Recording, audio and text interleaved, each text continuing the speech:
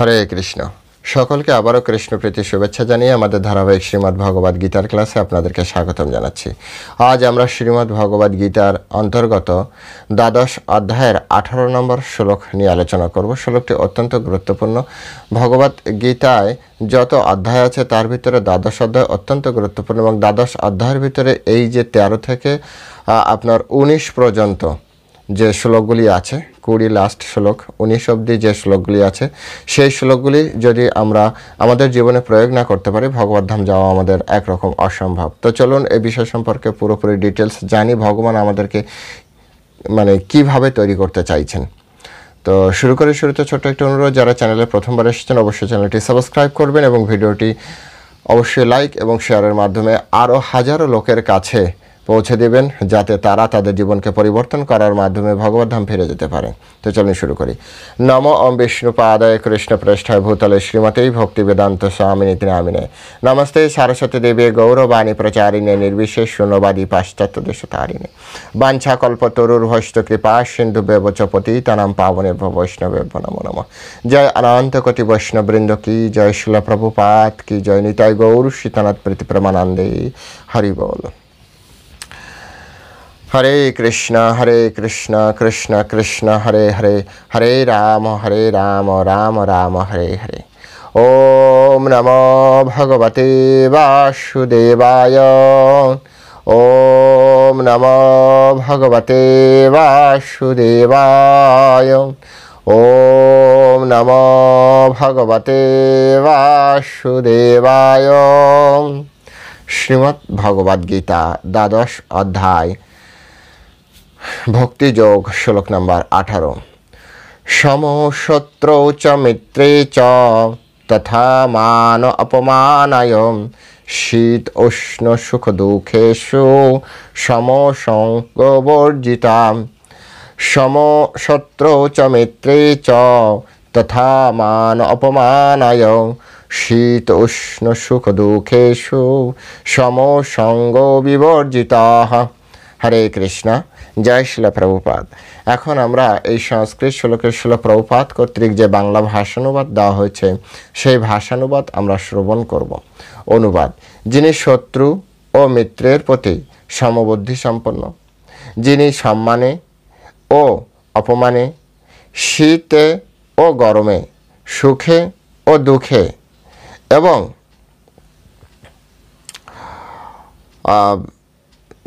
জড় আপনার গৃহাসক্তি শূন্য, জড়সঙ্গ বর্জিত। অ্যাকচুয়ালি দুটি শ্লোক একবারে এখানে বাংলা করা হয়েছে। তো প্রথম যে শ্লোকটি আমরা উচ্চারণ করছি সেটি হচ্ছে 18 নম্বর শ্লোক, যেখানে এটি বলা হচ্ছে যে শত্রু মিত্রের প্রতি সমবুদ্ধি, তারপরে যিনি সম্মানে অপমানে, শীত, তারপরে উষ্ণ সুখ দুঃখে সমান এবং সঙ্গবর্জিত। সঙ্গবর্জিত মানে জড়সঙ্গবর্জিত। তো চলুন এখন আমরা শিল প্রভুপাদ কর্তৃক এই সংস্কৃত শ্লোকের উপরে যে তাৎপর্য প্রদান করা হয়েছে, সাথে সাথে শিল বলদেব বিদ্যাভূষণ যে তাৎপর্য প্রদান করেছেন এবং বিশ্বনাথ চক্রবর্তী ঠাকুর, এই তিনজনের তাৎপর্যের আলোকে আমরা এই শ্লোকটি হৃদয়ঙ্গম করার চেষ্টা করব। আসলে এই শ্লোকের অন্তর্নিহিত যে ভাব, সে ভাব আমরা বোঝার চেষ্টা করব।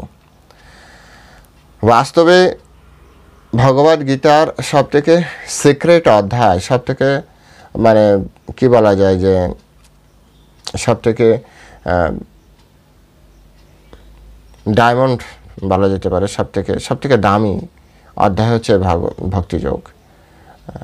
এই ভক্তিযোগটি এত গুরুত্বপূর্ণ যে এই ভক্তিযোগে পরমেশ্বর ভগবান তিনি কার সাথে বন্ধুত্ব করবেন, তিনি কাকে ভালোবাসেন, কে তার প্রিয়, বারবার বলছে প্রত্যেকটা শ্লোকে সমে প্রিয়, সমে প্রিয়, সমে প্রিয়। তো এটি অত্যন্ত গুরুত্বপূর্ণ একটি বিষয়। যদিও আমরা সবাই যে জায়গায় আছি, যে পরিস্থিতিতে আছি, আমরা প্রত্যেকেই ভগবানের কাছে যাওয়ার জন্য বা ভগবানের সেবার জন্য আমরা নিজেকে তৈরি করছি। কিন্তু প্রকৃতপক্ষে যদি আপনি বিচার করেন, ভগবদ্ধাম যাওয়ার জন্য অথবা ভগবানের সেবা করার জন্য অবশ্যই তার প্রিয় হওয়াটা প্রয়োজন। যদি আমরা কৃষ্ণের প্রিয় না হতে পারি, ভগবানের প্রিয় না হতে পারি,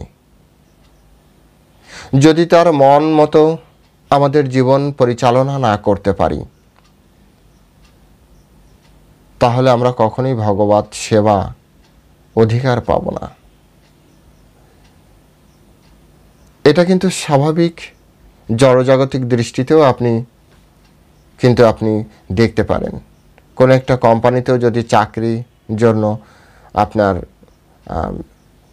দেওয়া হয়, নিয়োগ দেওয়া হয়, তাহলে সেখানে সেই কোম্পানি তিনি কেমন ব্যক্তি চাইছেন সেটা লিখে দেন। আমি হয়তো স্মার্ট লোক চাইছি, আমি ইংরেজিতে, বাংলায়, হিন্দিতে খুব মিষ্টভাষী এবং ফ্লুয়েন্ট ব্যক্তি চাইছি, পাবলিক ডিলিংস ভালো করতে পারে, অথবা অমুক বিষয় এক্সপার্ট, তমুক বিষয় এক্সপার্ট, এরকম ব্যক্তি আমি চাইছি। আর সে কারণেই কি করা হচ্ছে, জড়জগতে, ভৌতিক জগতে একটা চাকরির জন্য বিভিন্ন ধরনের কোর্সের ব্যবস্থা রয়েছে। এই কোর্সগুলির মাধ্যমে আমরা আমাদের স্কিল ডেভেলপ করতে পারি, আমাদের যে জ্ঞানের আরও বেশি আমরা প্রয়োগমুখী যে বিষয়টি আছে, হ্যাঁ, সেটি আমরা আরও শিখতে পারি। এই জড়জাগতিক, এই ভৌতিক জগতের একটা চাকরির জন্য যদি আমাদের পড়াশোনার পাশাপাশি আরও অনেকগুলো বিষয় অভিজ্ঞতা অর্জন করতে হয়, একবার বিচার করে দেখুন, পরমপিতা পরমেশ্বর ভগবান তার এত বড় কোম্পানিতে আপনি কাজ করবেন, সেবা করবেন, সেখানে পরমেশ্বর ভগবান কিছু ক্রাইটেরিয়া রাখবে না যা অন্যদের থেকে কিছুটা আলাদা? এমনকি কিছু বিষয় উনি ধার্য করবেন না যাতে তার সেবক আর অন্যের সেবকদের ভিতরে একটা পার্থক্য বোঝা যায়? আপনি আপনার এলাকায়ও দেখবেন অনেক স্কুল আছে যে স্কুলে আলাদা আলাদা ড্রেস কোড আছে।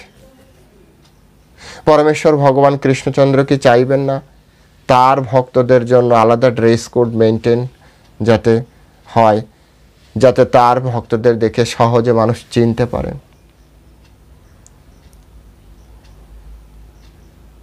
বিচার করে দেখুন। হ্যাঁ, এটা সত্য যে সকলে আমরা পরমেশ্বর ভগবানের সৃষ্ট, তিনি পরমপিতা পরমেশ্বর ভগবান, কিন্তু কজনে মানছে? এবার মানছে না বিধায় তারা সন্তান নয় এমনও নয়, কিন্তু যারা মানছে তারা কেন পরমেশ্বর ভগবান শ্রীকৃষ্ণের দেওয়া নিয়ম নীতিগুলি ঠিকভাবে পালন করবে না? যেমন কোনো ফ্যামিলিতে মদ খাওয়া ঠিক নয়। আমি ওয়েস্টার্ন কালচারের কথা বলছি না, আমি ইন্ডিয়ান কালচারের কথা বলছি। কোনো ফ্যামিলিতেই বলে না যে মদ, সিগারেট এগুলি ভালো জিনিস। তথাপি কেউ খাচ্ছে, যে খাচ্ছে সে পরিবারের রুলসকে ভেঙে খাচ্ছে। পরিবারের নিয়ম শৃঙ্খলা, পরিবারের মর্যাদা, পরিবারের আপনার ঐতিহ্য ভেঙে তারপরে সেই ধরনের কর্ম যুক্ত আছে। কিন্তু বিচার করুন যে পরিবারের নিয়ম নীতিগুলি কঠোরভাবে ধারণ করে সুন্দরভাবে জীবন পরিচালনা করছে পিতামাতার আনুগত্যে। এখানে শাস্ত্র মেনে চলা হচ্ছে পরমেশ্বর ভগবানের আনুগত্যে জীবনযাপন করা। তাই তো রূপ গোস্বামী বলেছেন, আনুকূল্যেন কৃষ্ণ অনুশীলনম ভক্তির উত্তমা। অনুকূলে ভগবান কৃষ্ণ যেভাবে চাইছেন তার অনুকূলে। এখানে ভগবান কৃষ্ণ কি চাইছেন? এই 18 নম্বর শ্লোক, এখানে বলা হচ্ছে যে সমশত্রৌ চ মিত্রে, শত্রু এবং মিত্রে সমান ভাব রাখতে হবে। এটা কত হায়ার লেভেলের একটি মেন্টালিটি, একবার বিচার করুন। বেশিরভাগ মানুষ হয়তো এই কথা শোনার সাথে সাথে বলবে, প্রভু এটা শুধু বইতেই সম্ভব, প্র্যাকটিক্যাল লাইফ এটা সম্ভবই নয়। হ্যাঁ, এটাও, এই কথাটাও সত্য যে আপনি যেটা বলছেন প্র্যাকটিক্যাল লাইফে সত্য, মানে এটি সম্ভব নয়, এটা ওই স্তরের ব্যক্তির জন্য সত্য। 3 ধরনের ব্যক্তি এই পৃথিবীতে বিরাজমান।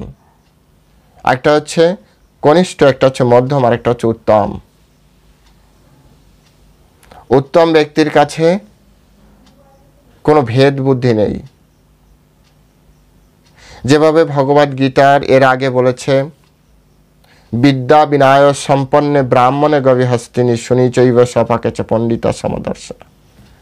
যথার্থ পণ্ডিত যিনি, তিনি বিদ্যা বিনয় সম্পন্ন ব্রাহ্মণ, গাভী, হস্তি মানে হাতি, তারপরে চণ্ডাল, কুকুর, সকলকে সমান দেখেন। এটা কিভাবে দর্শন? সেজন্য তো বলা হচ্ছে যথার্থ পণ্ডিত। যথার্থ পণ্ডিত যিনি, তিনি এরকম দেখেন। এখন কথা হচ্ছে যে আমি আপনি কিরকম দেখি না, আমার আপনার আশেপাশে প্রতিবেশীদের ভিতরে এমন কেউ কে আছে? হয়তো বা আছে, হয়তো বা নেই, আমি আপনি বুঝতে পারছি না।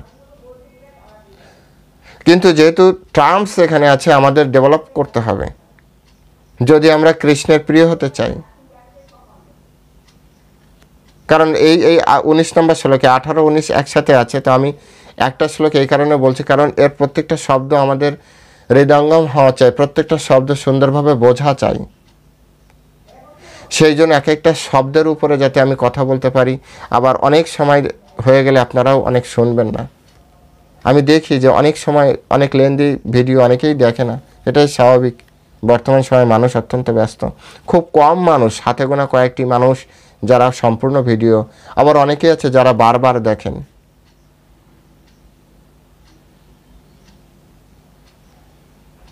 বারবার দেখেন।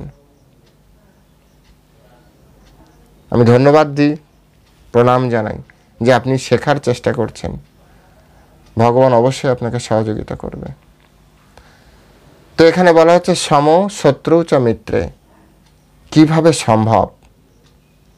এখানে বলা হচ্ছে সম শত্রু চ মিত্রে, কিভাবে সম্ভব এটি বোঝার জন্য আমাদের যেতে হবে 13 নম্বর শ্লোকে। 13 নম্বর শ্লোকে বলছে অদ্দেষ্ট সর্বভূতানাম, প্রত্যেকটা জীবের প্রতি দেশ শূন্য হওয়া চাই। দেশ কিভাবে শূন্য হওয়া যায়? কিভাবে দেশ শূন্য হওয়া যায়? বলছে বন্ধুত্ব করো সকলের প্রতি। বন্ধুত্ব কিভাবে সকলের প্রতি আসবে? যে আমাকে মারতে আসছে তার সাথে আমি কিভাবে বন্ধুত্ব করি? তো বলছে এক কাজ করো, করুণা করো। অবুঝ হরিদাস ঠাকুরকে মারতে এসেছিল, হরিদাস ঠাকুর করুণা করেছিল।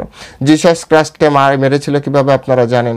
জিসাস ক্রাইস্ট শুধু একটাই কথা বলেছে, হে পিতা, এরা জানেন এরা কি ভুল করছে, এদেরকে ক্ষমা করো। করুণা করেছিলেন। করুণা করুন প্রত্যেক জীবের প্রতি। করুণা কিভাবে আসে? যখন আপনার ভিতরে মমত্ব বোধ না থাকবে, অর্থাৎ আপনার ভিতরে পার্সিয়ালিটি বোধ না থাকবে।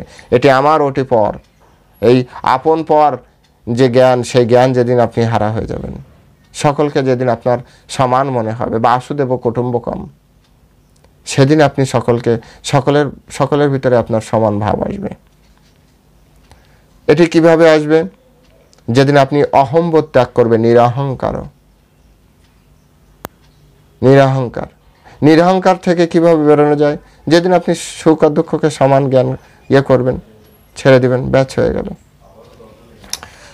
তো এই যে শত্রু মিত্র, এগুলিকে সমান জ্ঞান করা যায় যদি আমরা নিরহংকারী হই, যদি আমরা মমতা রহিত হই, যদি আমরা করুণা করতে শিখি সকলের প্রতি।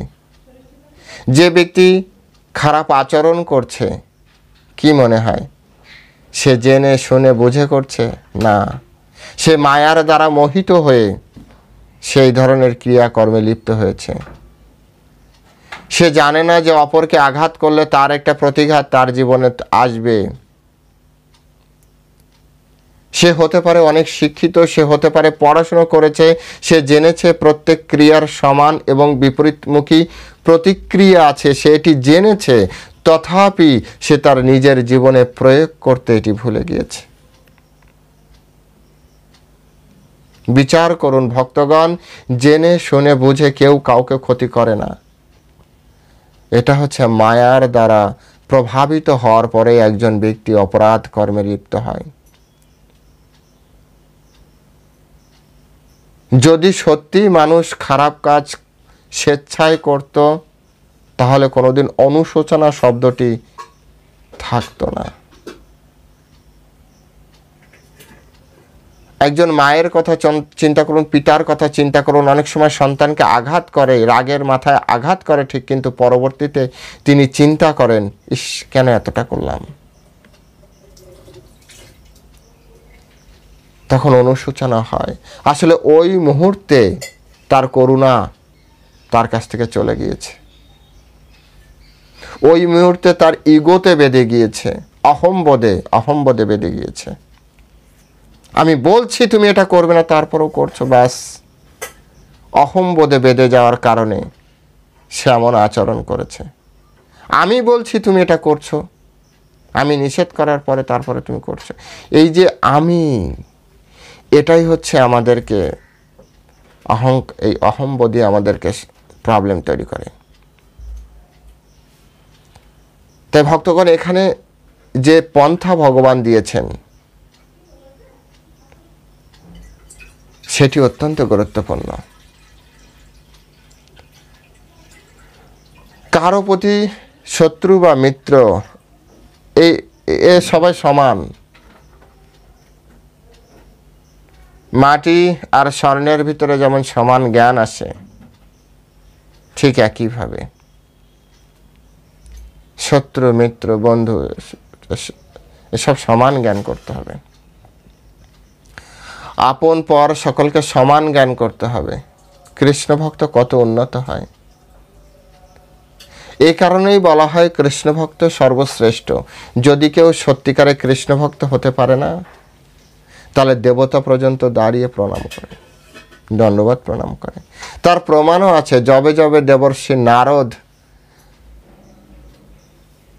স্বর্গলোকে গিয়েছে, ইন্দ্র দাঁড়িয়ে ওঠে। ইন্দ্র দেবতাদের রাজা, এত বড় ব্রহ্মাণ্ডের রাজা তিনি। তথাপি সাধু গিয়েছে, কৃষ্ণ ভক্ত গিয়েছে, দাঁড়িয়ে উঠে সম্মান করে পদ্মার্ঘ্য দিয়ে তার পূজা করে। কৃষ্ণ ভক্তের মহিমা কত উন্নত।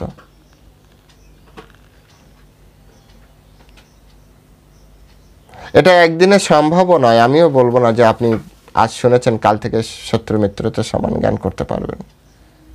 প্রতিদিন এই বিষয়টা নিয়ে নিজের ভিতরে নিজে রিসার্চ করা দরকার। নিজের আবেগ অনুভূতির উপরে কন্ট্রোল আনা দরকার। বেশি বেশি করে হরিনাম জপ করা দরকার, সাধুসঙ্গ করা দরকার, যে সাধুসঙ্গের মাধ্যমে এই ধরনের তত্ত্ব আমরা জানতে পারি। তবে যে আমাদের এই বিষয়গুলি আমাদের ভিতরে আস্তে আস্তে আস্তে আস্তে কৃষ্ণের কৃপায় এগুলি ডেভেলপ হবে।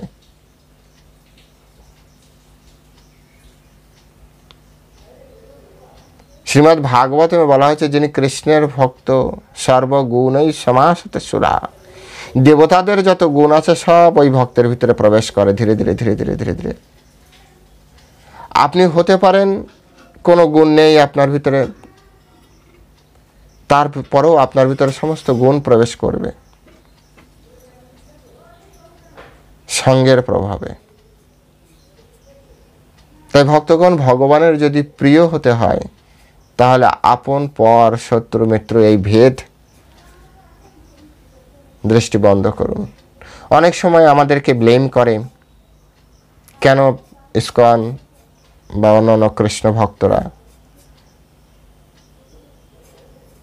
নির্যাতিত ব্যক্তিদের পাশে, বা যে হিন্দুত্ববাদী অনেক সময় আন্দোলন হয় তাদের পাশে যে দাঁড়াচ্ছে না।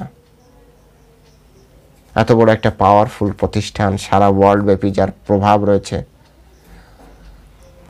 বড় বড় নেতৃস্থানীয় ব্যক্তিদের সাথে যাদের ভালো রিলেশন আছে, তাদের একটু সাপোর্ট পেলে অনেক সুযোগ সুবিধা হয়। এই কারণে যেতে পারে না। কারণ কৃষ্ণ ভক্ত, তার কাছে শত্রু মিত্র এই ভাবই নেই। উপর মহলে যারা বসে আছে তারা অত্যন্ত sincere, senior, dedicated, dutiful, determined ভক্তরা বসে আছে উপরে। তারা এই সকল শ্লোকগুলোকে হৃদয়ে ধারণ করে বসে আছে। আমার আপনার ভিতরেও তাও কিছুটা আছে, আমার ভিতরে তো অনেকে আছে। আমি জাস্ট এই কারণে পড়ি যাতে আমার ভিতরে এই বিষয়গুলো কমে। আপনারা হয়তো আমার থেকে অনেক উন্নত, কিন্তু তার থেকেও অনেক উন্নত ব্যক্তি টপমোস্ট ইসকনের যে পরিচালনা বোর্ড, জিবিসি, সেখানে বসে আছে। তাদের কাছে সবকিছু সমান। তা না হলে সারা পৃথিবীকে তারা লিড দিতে পারতো না। তা না হলে সমস্ত বিশ্বের বড় বড় নেতারা এসে তাদের চরণে স্পর্শ করতো না। স্বাভাবিক কোনো ব্যক্তির চরণে হঠাৎ করে মানুষ পড়ে না। এগুলি আমাদেরকে বিচার করতে হবে। তারপরে বলা হচ্ছে যে তথা মান অপমানায়, মান, পূজা প্রতিষ্ঠা, অপমান, এগুলি থেকে নিজেকে, এই যে দ্বন্দ্ব মোহর বিনির্মুক্তা, ভগবদ গীতায় বলেছে দ্বন্দ্ব এবং মোহ, এই যে দ্বন্দ্ব ভাব, মানে এটা ওটা এটা ওটা, ভালো মন্দ, কালো ফর্সা, এগুলো হচ্ছে দ্বন্দ্ব ভাব। এখান থেকে নিজেকে মুক্ত করা। মান অপমান মানে এই জগতের একটা, শিল প্রভুপাদ তার তাৎপর্য সুন্দরভাবে বলেছেন, আজ যদি আপনাকে কেউ সম্মান দেয় আপনি নিশ্চিত থাকেন সে 2 দিন পরে আপনাকে গালি দিবে। এই জগতের একটা স্বাভাবিক স্বভাব। সময় আপনাকে প্রশংসিত করে, সময় আপনার নিন্দার ব্যবস্থা করে দেয়, সময় আপনাকে জিতিয়ে দেয়, সময় আপনাকে হারিয়ে দেয়, সময় আপনাকে ভালোবাসার পাত্র তৈরি করে, সময় আপনার নিন্দার পাত্র তৈরি করে। এটা জড়জাগতিক স্বভাব। সময় আপনার সৌন্দর্য প্রকাশিত হয়, সময় এই সৌন্দর্য নিয়ে নেয়, শ্রীহীন করে দেয়। সময় আপনার প্রভাব প্রতিপত্তিকে সূর্যের মতো, মধ্য গগনে সূর্যের মতো প্রকাশিত করে, আর সময় আপনার প্রভাব প্রতিপত্তিকে সম্পূর্ণভাবে হাইড করে দেয়। সময়, এটি জড়জগতের, এই ভৌতিক জগতের স্বভাব। আমাদের একজন ভাগবত পাঠক খুব সুন্দর করে বলেন, ভাগবত কথা বলতে গেলে তালি আর গালি এই দুটি যে গ্রহণ করতে পারে সেই শুধু ভাগবত কথা বলতে পারে। আর ইউটিউবে এসে এই ভাগবত বিষয়, এই গীতা পড়াতে যে এটি আমার 100% অনুভূতি হয়েছে যে কথাগুলি সত্য। শুধু গীতা বিষয় অ্যাজ ইট ইজ প্রচার করি, তারপরও অনেক ব্যক্তি আছে যারা বিরোধী কথা বলেন। দেখবেন নিচে অনেক সময় কমেন্ট সেকশনে। এটি স্বভাব।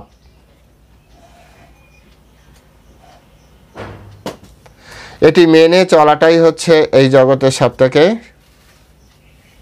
গুরুত্বপূর্ণ একটি সিদ্ধান্ত। এটি কিভাবে মানা যায়? তো চৈতন্য চরিতামৃতে চৈতন্য মহাপ্রভু তার শিক্ষাষ্টকে বলে গিয়েছেন, ত্রিনাদপি শুনিচেন তরুরপি সহিষ্ণুনা অমানিনা মারদেন কীর্তনিয়া সদাহরি। ত্রিনাদপি শুনিচেন, নিজেকে যদি তৃণের থেকে ছোট মনে করা যায়, দুর্বা ঘাসের মতো। দুর্বা ঘাসের মাথার উপরে মানুষ পা দিয়ে হাঁটছে, দুর্বা ঘাস কখনো কাউকে কিছু বলছে না। আবার কি সবসময় তাহলে মাথা নত করে আছে? তাও না, পা সরাচ্ছে নিজে, আপনি আবার দাঁড়িয়ে উঠছে। তরুরপি সহিষ্ণু না, গাছের মতো সহিষ্ণু হতে হবে। গাছ আমাদের ছায়া দিচ্ছে, অক্সিজেন দিচ্ছে, ফুল দিচ্ছে, গাছ আমাদের সব কিছু প্রদান করছে। তথাপি যাওয়ার সময় গাছের একটা পাতা ছেড়ে নিচ্ছি, ডাল ভেঙে নিচ্ছি, গাছের গায়ে হেলান দিয়ে বসে দুজনে ভালোবাসার গল্প করে সেই গাছের গায়ে কেটে কেটে নাম লেখা, আর তার রক্ত ঝরতে থাকে, তথাপি গাছ কিছু বলে না। এই এতক্ষণ ধরে তোকে এখানে থাকতে দিয়েছি আর তুই আমারই শরীর কেটে দিচ্ছিস। তরুরপি সহিষ্ণু না। দেখুন ভক্তগণ, বারবার করে বলছি, অনেকের ভিতরে এই ধরনের বিষয় আসতে পারে যে প্রভু এই ধরনের কথা শুধু বই পুস্তকেই মানায়, বাস্তবে কতটা বাস্তবতা আপনাকে তৈরি করতে হবে। যদি আপনি কৃষ্ণের প্রিয় হতে চান, কৃষ্ণ ভক্ত হতে চান, বাস্তবতা আপনাকে তৈরি করতে হবে। আপনাকে নিজে এক্সাম্পল হতে হবে যদি আপনার কৃষ্ণের ধামে প্রবেশের ইচ্ছা থাকে। বলবেন যে অনেক ভক্ত আছে যারা ইসকনে এরকম আচরণ করছে না, তারা তো ভগবত ধাম যাবে বলছে। জি না, অতটা সহজ নয়। ভক্তি সিদ্ধান্ত সরস্বতী ঠাকুর খুব সুন্দরভাবে একটি কথা বলেছেন, গুরু পরম্পরা, পাওয়ার অফ পরম্পরা। তিনি বলেছিলেন গৌড়ীয় গগনে, গৌড়ীয় ঘরে জন্মগ্রহণ করে যদি গৌড়ের আচার বিচার পূর্ণরূপে কেউ না মানে, তাহলে তার দায়িত্ব কোনো আচার্য নিবে না। আর পরম্পরা কিভাবে তৈরি জানেন? পরম্পরা আমার গুরুদেব শিল প্রভুপাদ পর্যন্ত নিয়ে যাবে। শিল প্রভুপাদ ওনার গুরুদেব ভক্তি সিদ্ধান্ত সরস্বতী ঠাকুর প্রভুপাদ পর্যন্ত নিয়ে যাবে। ভক্তি সিদ্ধান্ত সরস্বতী ঠাকুর প্রভুপাদ ওনার গুরুদেব গৌর কিশোর দাস বাবাজি পর্যন্ত নিয়ে যাবে। গৌর কিশোর দাস বাবাজি ওনার গুরুদেব, এইভাবে পরম্পরায় পরিচয় হতে হতে আমরা ভগবত ধাম যাব। ভক্তি সিদ্ধান্ত সরস্বতী ঠাকুর মাঝখানে এমন একটা স্ট্রং কথা বলে দিয়েছেন, এই জন্য তো ওনাকে বলা হয় সিংহ গুরুদেব। আচার্য উনি একজন মহান গড গিফটেড পার্সন। জগন্নাথ স্বয়ং ওনাকে পাঠিয়েছেন এই শুদ্ধ বৈষ্ণব ধারাকে পরিচালনা করার জন্য। আর ওনার সম্পূর্ণ শক্তি উনি প্রদান করেছেন এই শ্রী ভক্তিবেদান্ত স্বামী প্রভুপাদকে, যার কারণে সারা বিশ্ব জুড়ে আজ সনাতন ধর্মের প্রচার ওই বৃদ্ধ ব্যক্তির দ্বারা সম্পন্ন হয়েছে। গুরু কৃপা হি কেবলম। যার কারণে ইস্কন তৈরি হয়েছে। যিনি ইস্কনকে সম্পূর্ণভাবে আজও লিড দিচ্ছেন, ওনার গুরুদেব স্পষ্ট করে বলে দিয়েছেন, যদি কেউ নিয়মকানুন না মানে, শাস্ত্রবাক্য না মানে, তার দায়িত্ব কোনো গৌড়ীয় আচার্য নিবে না। আপনি আমি নয়, সর্বোচ্চ গুরুদেবকে ঘুষ দিয়ে নাই ছিল প্রভুপাদ পর্যন্ত দিতে পারবো, ভক্তি সিদ্ধান্ত সরস্বতী ঠাকুর তো সিগনেচার করবে না, তো আমাদের ফাইল গৌর কিশোর দাস বাবাজি পর্যন্ত তো যাবেই না। সুতরাং পরম্পরাকে মেনে নিতে হবে, পরম্পরা অনুযায়ী। এখানে ইন্ডিভিজুয়াল আমাকে আপনাকে নিজের মতো করে ভজন সাধন করে এই জগৎ থেকে উদ্ধার হওয়ার জন্য চেষ্টা করতে হবে। নিজের ভিতরে এই কোয়ালিটিগুলো ডেভেলপ করতে হবে। কে কি করছে, কে কি বলছে, ডাজেন্ট ম্যাটার। শাস্ত্র কি বলছে, কৃষ্ণ স্পষ্ট করে আমাদেরকে কোথায় রেখে দাঁড় করিয়ে দিয়েছেন, তস্মাৎ শাস্ত্রম প্রমাণান্তে কার্য ব্যবস্থিত। শাস্ত্রই তোমার একমাত্র প্রমাণ হবে। গাতা শাস্ত্র বিধান উত্তম কর্তম কর্ম অহর্ষি। এই শাস্ত্র বিধানে যা বলা আছে সেটা করতে তুমি যোগ্য হও। আপনাকে বলা হয়নি ও এটা কঠিন, তাহলে তোমার এটা করার দরকার নেই, তুমি এটা ছেড়ে দিয়ে। কৃষ্ণ স্পষ্ট করে ভগবদ্গীতার 16 অধ্যায় লাস্ট শ্লোকে বলেছেন যে আপনি এটা করতে যোগ্য হন। একদিন যোগ্যতা কি একদিনে আসে না, যোগ্যতাকে আপনাকে অনেক প্র্যাকটিসের মাধ্যমে যোগ্যতা অর্জন করতে হয়। আর ভগবান এইখানে দাঁড় করিয়ে দিয়েছে। সুতরাং কোনো আর্গুমেন্ট এখানে চলবে না, আপনার আমার কোনো অবজেকশন চলবে না, আমার আপনার কোনো অজুহাত এখানে চলবে না।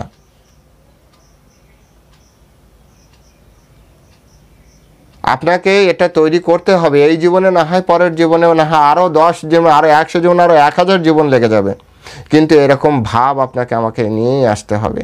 হ্যাঁ, আমরা কি স্বেচ্ছায় এটা নিয়ে আসতে পারবো? সেক্ষেত্রে হয়তো আমি বলবো যে না, এটা আমার মানে অনুভূতি।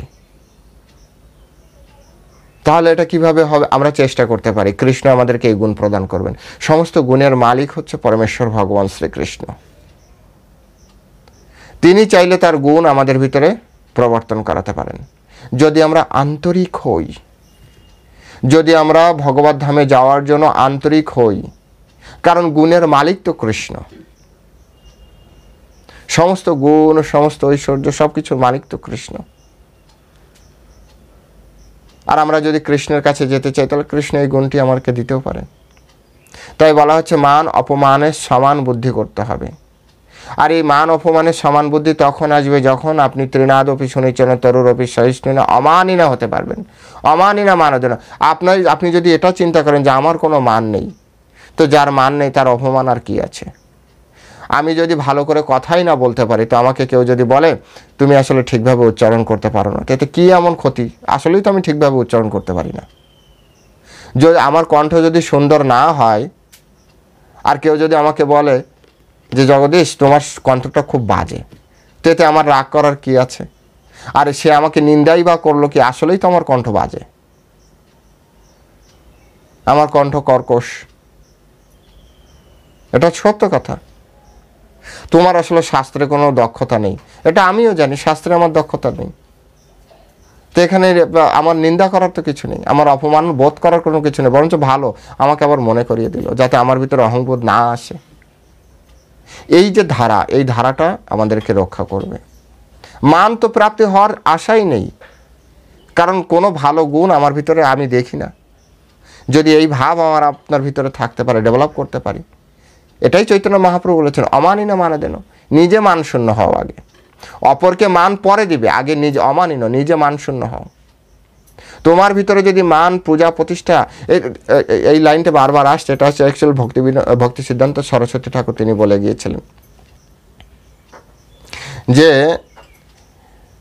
এই ভৌতিক জগতে যে লাভ, পূজা, প্রতিষ্ঠা, এগুলো হচ্ছে শুকরের বিষ্ঠা, শুকরের বিষ্ঠা বলা হচ্ছে।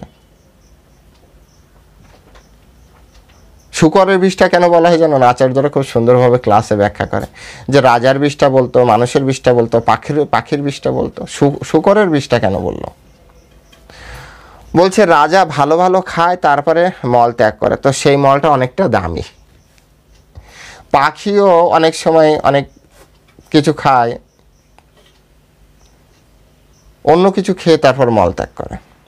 এই শুকর কি করে? শুকর মল খেয়ে মল ত্যাগ করে, তার মানে তার মল আরো কত খারাপ। তাই বলে হচ্ছে শুকরের বিষ্ঠা। বুঝতে পেরেছেন? বিষয়টা আসলে ভাবের বিষয়, হ্যাঁ, এই জন্য বলা হচ্ছে শুকরের বিষ্ঠা। তো এই জন্য পূজা, প্রতিষ্ঠা, আমাকে প্রশংসা করবে, আমাকে ইয়ে করবে, এগুলো শুকরের বিষ্ঠা সম বৈষ্ণবদের জন্য। কখনো এর পিছনে আমাদের হাঁটা উচিত নয়। তাই মান অপমানে আমাদের সমান তখনই আমরা হতে পারবো যদি আমরা নিজেদেরকে মানে কি বলে অমানিন ভাবতে পারি, নিজেদেরকে মান শূন্য ভাবতে পারি, যে আমার ভিতরে আসলে এমন কোনো সদ্গুণ নেই যে আমাকে কেউ মানুষ প্রশংসা করতে পারে। তো প্রশংসা করার কিছু নেই, মানে কেউ যদি নিন্দা করে সে তো আসলে আমাকে দেখিয়ে দিল, ভাই তোমার ভিতরে এইটা রয়েছে, যদি তুমি পারো এটা পরিষ্কার করো। সে আমার বন্ধু।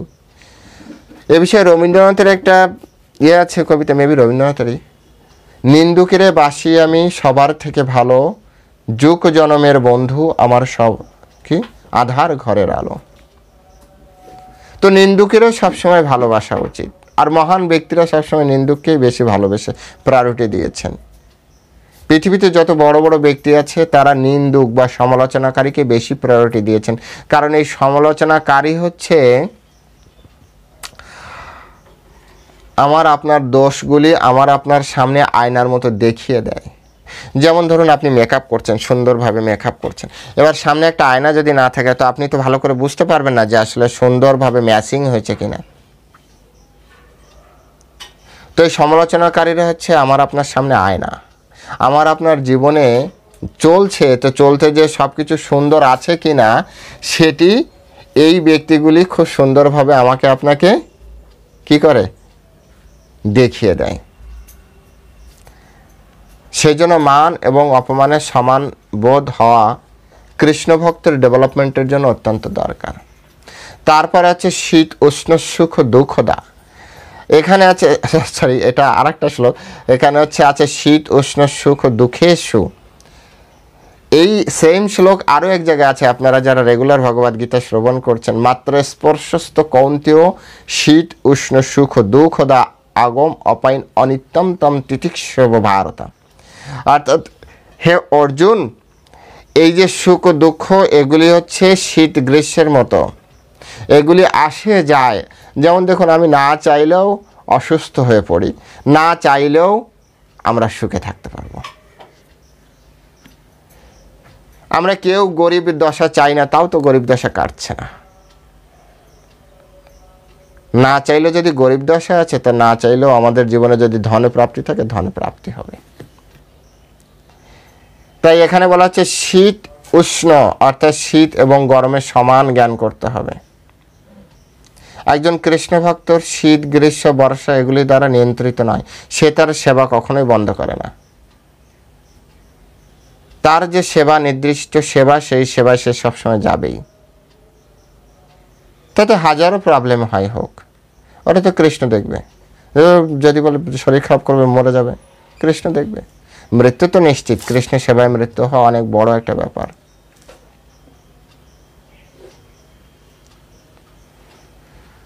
অনেক বড় একটি ব্যাপার। তো শীত উষ্ণ, সুখ ও দুঃখে সুখ আর দুঃখে কেউ আপনাকে সুখ দিল, আপনি খুব আহ্লাদিত হয়ে পড়লেন। কেউ আপনাকে দুঃখ দিল, তো আপনি একেবারে ভেঙে চৌচির হয়ে পড়লেন, আমার হৃদয় ভেঙে গেল আজ। তো এটা কৃষ্ণ ভক্তের লক্ষণ নয়।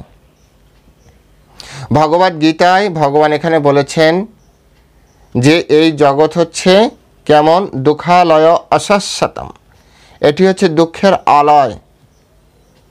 এই দুঃখালয়ে আপনি কিভাবে সুখ অনুভব করতে পারেন? দুঃখালয়ে সুখ কখন হয় জানেন? যখন আপনি মোহিত অবস্থায় আছেন। দুঃখালয়ে সুখ প্রাপ্তির কোনো আশাই নেই।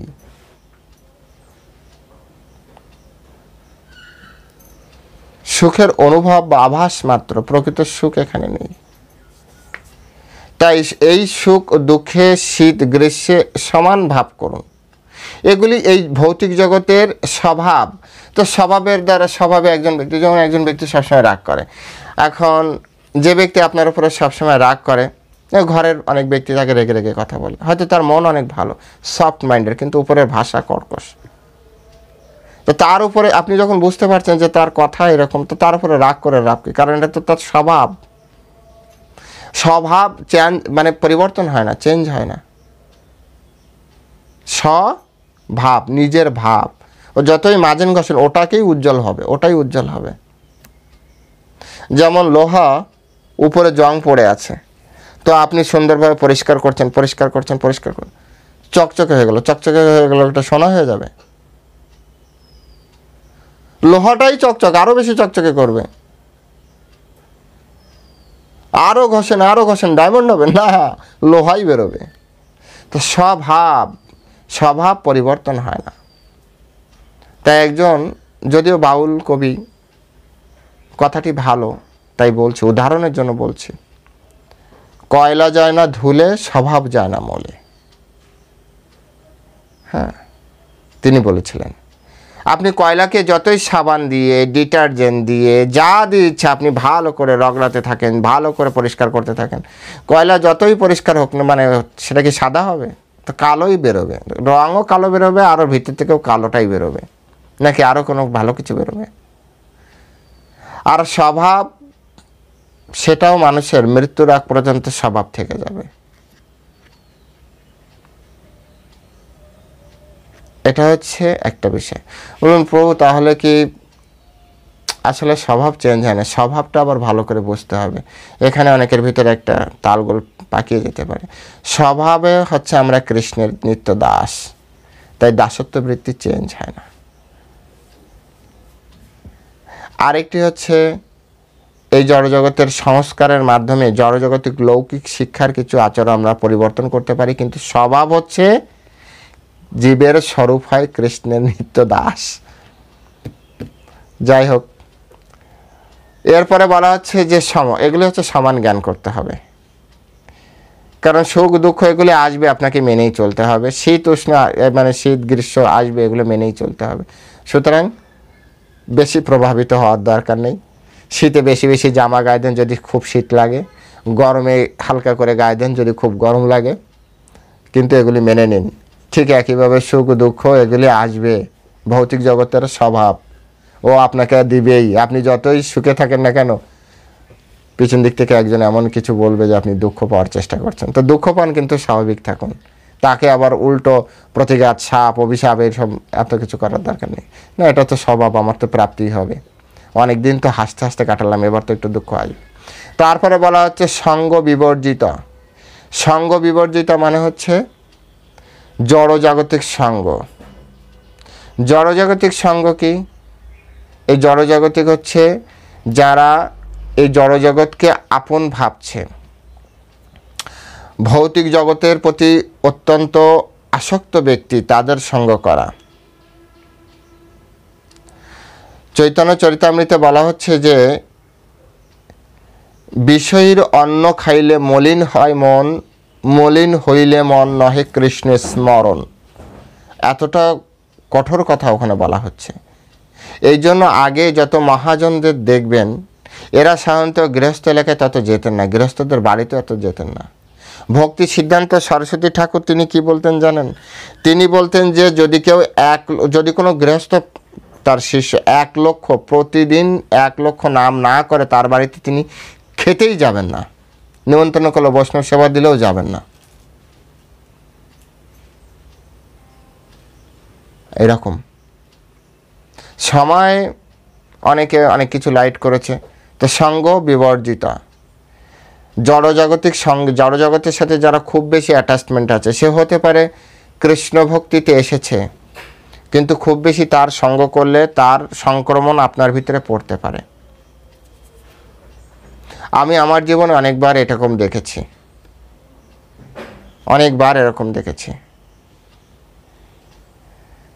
নিজের জীবনে এটা আমি অনুভব করেছি যে আপনি যেমন ব্যক্তির সঙ্গ করবেন ধীরে ধীরে আপনার মন মানসিকতা সেরকম হতে শুরু করবে।